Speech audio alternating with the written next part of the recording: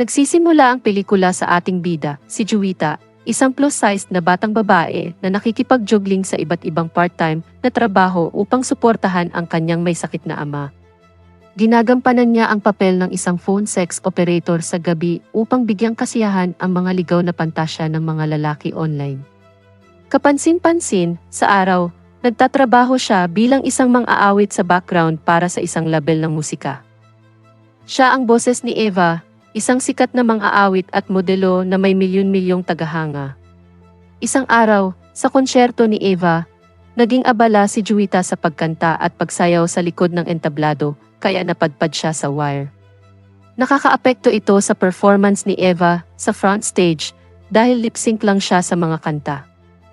Ngunit bago pa mapansin ng sinuman, mabilis na bumangon si Juwita at nagpatuloy sa pagkanta.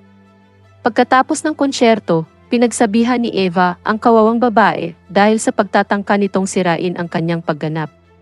Tinatawag pa niya ang kanyang mga pangalan at nakikipag-usap ng mahinhin. Maari lamang humingi ng tawad si Juwita at tanggapin ang kanyang pagkakamali.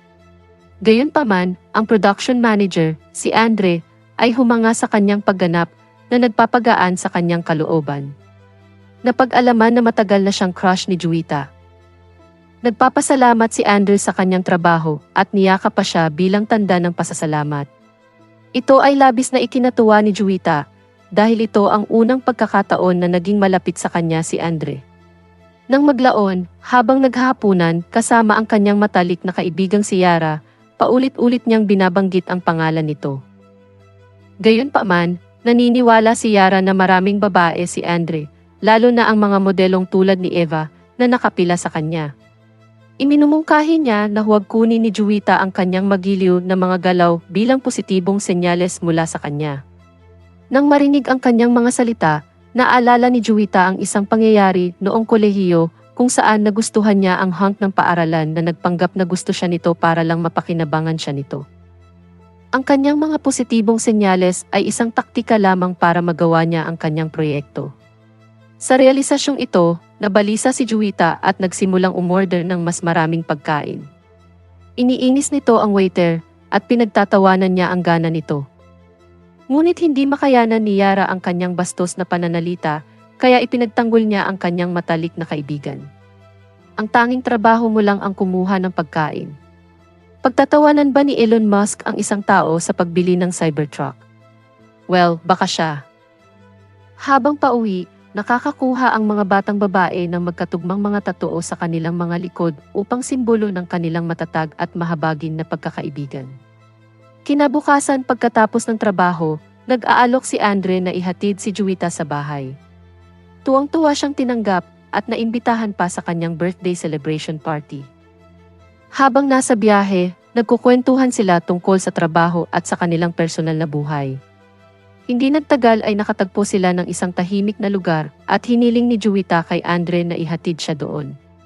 Nagsisinungaling siya sa kanya na nananatili siya sa lugar ng isang kaibigan ngayong gabi, kung saan ang totoo, binibisita niya ang kanyang ama sa isang mental hospital. Pagkaalis niya, napagtanto ni Andre na nagkamali siya sa pag-iwan ng kanyang talaarawan sa kanyang sasakyan. Samantala, malugod na binati ni Juwita ang kanyang ama at pinag-uusapan ang kanyang araw. Nabatid na siya ay nagkaroon ng sakit sa pag-iisip at nanlumo matapos ang pagpanaw ng kanyang ina. Sa tuwing dinadalaw siya ni Juwita, pakiramdam niya ay bumalik na ang kanyang asawa dahil lagi niya itong napagkakamalan na ina. Gayunpaman, hindi ito iniisip ni Juwita. Sa halip ay niyakap niya ito at ibinunyag na natupad na niya ang kanyang pangarap na maging isang mang-aawit. Kinaumagahan, nakahanap si Juwita ng isang kahon ng mga regalo na naiwan ng isang tao. Isa itong napakagandang pulang damit na may nakalagay na card na nagtuturo sa kanya na isuot ito ng gabing iyon sa birthday party ni Andre. Sa pag-aakalang siya ang nagpadala, excited niyang ibinahagi ito kay Yara. Napansin ng kaibigan niya na kakaiba ang sitwasyon, ngunit hindi na siya masyadong nagsalita dahil mukhang kinikilig si Juwita. Nang gabing iyon, pinuntahan ni Juwita si Andre sa pagdiriwang ng kanyang kaarawan, suot ang napakarilag na damit.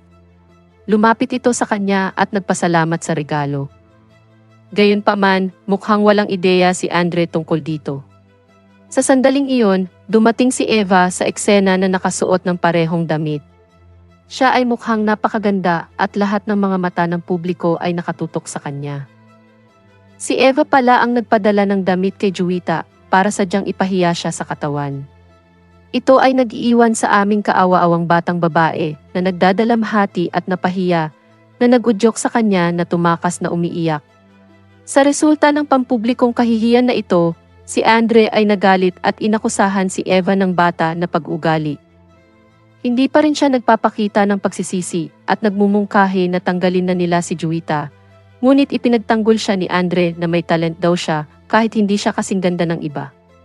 Sa kasamaang palad, narinig ni Juwita ang kanilang pag-uusap at na-misinterpret na pinag-uusapan siya ni Andre. Lubhang nalungkot, bumalik siya sa bahay at nagpa siya na gawin ang hindi maisip. Ngunit sa sandaling iyon, nakarinig siya ng papasok na tawag mula sa isang plastic surgeon na regular niyang kliyente. Nang makitang lumabas ang pangalan nito sa kanyang laptop, may kung anong nasa isip si Juwita. Kinabukasan, bumisita siya sa klinika ng doktor at nagpa siyang ayusin ang kanyang katawan. Ipinaalam sa kanya ng siruhano na ang pamamaraan ay magtatagal at ang gastos ay napakamahal. Gayunpaman, mabilis siyang nag-aalok ng diskwento nang magbunyag si Juwita ng isang sikreto. Siya ang phone sex operator na matagal na niyang kachat. Hindi mo nais na sabihin ko sa mga tao ang tungkol sa kung paano mo gustong ilagay ang mga Beyblades sa iyong butthole, hindi ba? Doctor. Let it rip, I think you said. Pagkatapos mag-schedule ng appointment para maging isang magandang babae, binisita ni Juwita ang kanyang ama sa ospital. Sinabi niya sa kanya na siya ay mawawala saglit at nangakong aalagaan siya pagkatapos niyang bumalik. Lumipat ang eksena sa araw ng operasyon kung saan dumaan si Juwita sa isang serye ng mga malawak na pamamaraan. Kapag natapos na ito, ipinaalam sa kanya ng doktor na magtatagal ang proseso ng pagpapagaling. Dahil dito, nawala si Juwita nang hindi nagpapaalam kahit kanino na iniwan ang kanyang matalik na kaibigan na nalilito at nag-aalala. Napipilitan din sina Eva at Andre na kanselahin ang maraming palabas at ihinto ang pagre-record ng paparating na album kapag hindi na ito kayang tiisin ni Eva. Nagpasya siyang hanapin si Juwita mismo. Dumating siya sa kanyang apartment, ngunit wala siyang nakitang tao doon. Sa karagdagang inspeksyon, natuklasan niya ang isang larawan ni Juwita kasama ang kanyang ama, kasama ang isang dokumento sa ospital. Dahil dito, hinala niya na pumunta si Juwita sa ospital para makipagkita sa kanyang ama. Fast forward sa 3 buwan mamaya. Natapos na ni Juwita ang kanyang pagbabago at ibang-iba na ang itsura. Siya ngayon ay nabago sa isang nakamamanghang babae na nakakatugon sa mga pamantayan ng lipunan. Habang nasa biyahe papuntang mall, naaksidente siya kasama ang isang binata. Mabilis na lumabas ng sasakyan si Juwita at nag-alok na ayusin ang nasirang bahagi. Buti na lang at nabighani ang binata sa kagandahan nito, kaya nagpa siya itong ibaba ang boses. Dumating ang isang pulis sa pinangyarihan upang lutasin ang issue. Gayunpaman, siya rin ay natulala sa kanya. Bagamat walang mabigat na kaso si Juwita, iginiit ng opisyal na pumunta sa istasyon upang ayusin ang usapin sa pananalapi. Ipinakita niya ang kanyang ID na nagtatampok sa kanyang lumang hitsura, ngunit ayaw maniwala ng mga opisyal na siya ang parehong tao. Tinawag ni Juwita ang kanyang matalik na kaibigan para tulungan siya. Gayunpaman, kahit si Yara ay hindi siya nakikilala hanggang sa makita niya ang katugmang tattoo sa kanyang likod. Pagkatapos ay kinumpirma nila ang ID at sa wakas ay ayusin ang issue. Palibhas ay muling nakasama ang kanyang kaibigan pagkaraan ng mahabang panahon. Ipinaliwanag ni Juwita kung bakit kinailangan niyang sumailalim sa operasyon at kung paano ito nakatulong sa kanya upang maituwid ang kanyang buhay. Maya-maya, dumating sa eksena ang boyfriend ni Yara na si John at magiliw siyang binati. Tinanong niya kung sino ang magandang babae na ito at nagsisinungaling si Yara na ito ang kanyang bagong kaibigan, si Angel. Itinatago din niya ang katotohanan na siya ay sumailalim sa operasyon. Gusto ni Juwita ang pangalan kaya't naisipan niyang tawagin ang sarili na Angel mula ngayon. Samantala, si John, na isang medikal na opisyal sa pamamagitan ng propesyon, ay nagdadala ng gamot sa pagpapapayat ng Yara gaya ng dati. gusto pala niyang maging slimmer siya kaysa dati. Nang idahilan niya ang kanyang sarili para sa isang tawag, kinukumbinsi ni Juwita ang kanyang kaibigan na huwag uminom ng gamot. Binigyang diin niya na ang mga tabletas ay naglalaman ng mga mapaminsalang substance na maaaring makasira sa fit na katawan ni Yara. Sumang-ayon ang huli sa una, ngunit nang dumating ang kanyang kasintahan, nag-aatubili siyang uminom ng gamot upang mapabilib siya. Samantala, may bagong talent naman ang production house ni Andre. Bilang background singer ni Eva, nagpasya si Juwita na mag-audition para sa role para masimulan niya ang kanyang karir. Laking gulat niya, talagang gustong-gusto ni Andre ang kanyang boses. Hangang-hanga siya kaya pumayag siyang ipromote si Angel bilang pangunahing performer sa halip na isang background singer. Hindi nagtagal, inilunsad ni Juwita ang kanyang debut song na bumihag sa puso at kaluluwa ng mga mahilig sa musika sa buong Indonesia. Ngunit ang kanyang kasikatan ay nagiging alalahanin para kay Eva na nagpupumilit na ilunsad ang kanyang pangalawang album. Puno ng paninibugho, naging determinado siyang hanapin si Juwita, ang tanging tao na makakatulong sa kanyang ipagpatuloy ang pagkanta. Sa susunod na eksena, binisita ni Eva ang ama ni Juwita sa ospital at tinangka itong kausapin upang ibunyag ang lokasyon ng kanyang anak. Gayunpaman, ang matanda ay nananatiling titi sa buong pag-uusap. Lalo nitong ikinagalit si Eva na nagtulak sa kanya na umalis doon. Samantala, engrossed si Juwita sa pag-record ng kanyang pangalawang kanta sa kumpanya ni Andre. Minsan, hinihikayat niya itong gumanap ng totoo mula sa puso. Pagkatapos ay ipinakita niya ang isang video ng isang plus-sized na si Juwita na nag-audition para sa papel ng isang backup singer matagal na ang nakalipas. Sinabi niya kay Angel na dapat siyang gumanap tulad ng babae sa video na nagpapakita ng damdamin at ang kanyang tunay na pagkatao. Sa pagtingin sa kanyang dating sarili, napagtanto ni Juwita na tinatanggap ni Andre ang kanyang hitsura bago siya sumailalim sa operasyon. Nakakakilabot ang pakiramdam niya dahil tinatago niya sa kanya ang tunay niyang pagkatao. Kinabukasan, nagpasya si Juwita na ihayag ang katotohanan kay Andre. Sa hapunan, hindi siya direktang nagtatanong tungkol sa kanyang opinyon sa mga plastic surgeries. Sumasagot siya na gusto niya ang mga taong tinatanggap ang kanilang tunay na pagkatao, sa halip na baguhin ang kanilang sarili upang maging ibang tao. Nagsusulong siya para sa pagiging tunay, labis na binabago ang hitsura ng isang tao. Nang marinig ito ni Juwita ay nalito ng husto. Pinag-isipan niya ang mga pag-uusap nila ng kanyang ama, naaalala kung paano siya naniniwala na ang pagkakaroon ng magandang hitsura ay hahantong sa isang mas magandang buhay. Gayunpaman, nagpupumilit siyang maunawaan ang mga pamantayang ipinataw ng lipunan. Pagkatapos ay nagpasya siyang huwag ibunyag ang katotohanan dahil natatakot siya na baka hindi siya mapatawad ni Andre. Mas maganda kung isipin na lang niya na namatay na siya o ano. Kinabukasan, habang naghahanda si Juwita para sa kanyang live na debut sa telebisyon, bigla siyang nakatanggap ng tawag mula sa ospital. Na-admit na pala si Yara dahil sa komplikasyon sa gamot na pampapayat. Iprioridad ang kalusugan ng kanyang kaibigan. Nagmadali siyang pumunta sa ospital, kung saan nalaman niya mula sa doktor na makitid nilang nailigtas ang buhay ni Yara. Talagang nagagalit si Juwita tungkol sa lahat ng mga nakakapinsalang gamot doon at nagtataka kung bakit umiiral ang mga ito. Pagkatapos ay hinarap niya si John. Kinondena ang kanyang tungkulin sa paggigiit kay Yara na makamit ang pagiging perpekto sa anumang halaga. Galit na galit si Juwita na kapag nag-perform siya mamaya, inilabas niya ang lahat ng kanyang emosyon at naghahatid ng isang hindi kapani-paniwalang pagganap. Pinutol niya ang kantang Bodies, Liwa Drowning Pool sa ilang kadahilanan, ngunit mukhang gusto ito ng lahat. Nang gabing iyon, magkasamang ipinagdiwang ni na Andre at Juwita ang kanilang tagumpay sa kanyang lugar. Habang nag-uusap sila, tumatawag siya at nagdahilan sa labas. Habang naghihintay si Juwita sa kanyang pagbabalik, nagsimula siyang nainip at nag-sketch ng maliliit na guhit sa napkin. Pagbalik ni Andre ay mahimbing na itong natutulog sa sofa. Noon lang, nakita niya ang mga guhit at may nakita siyang mali.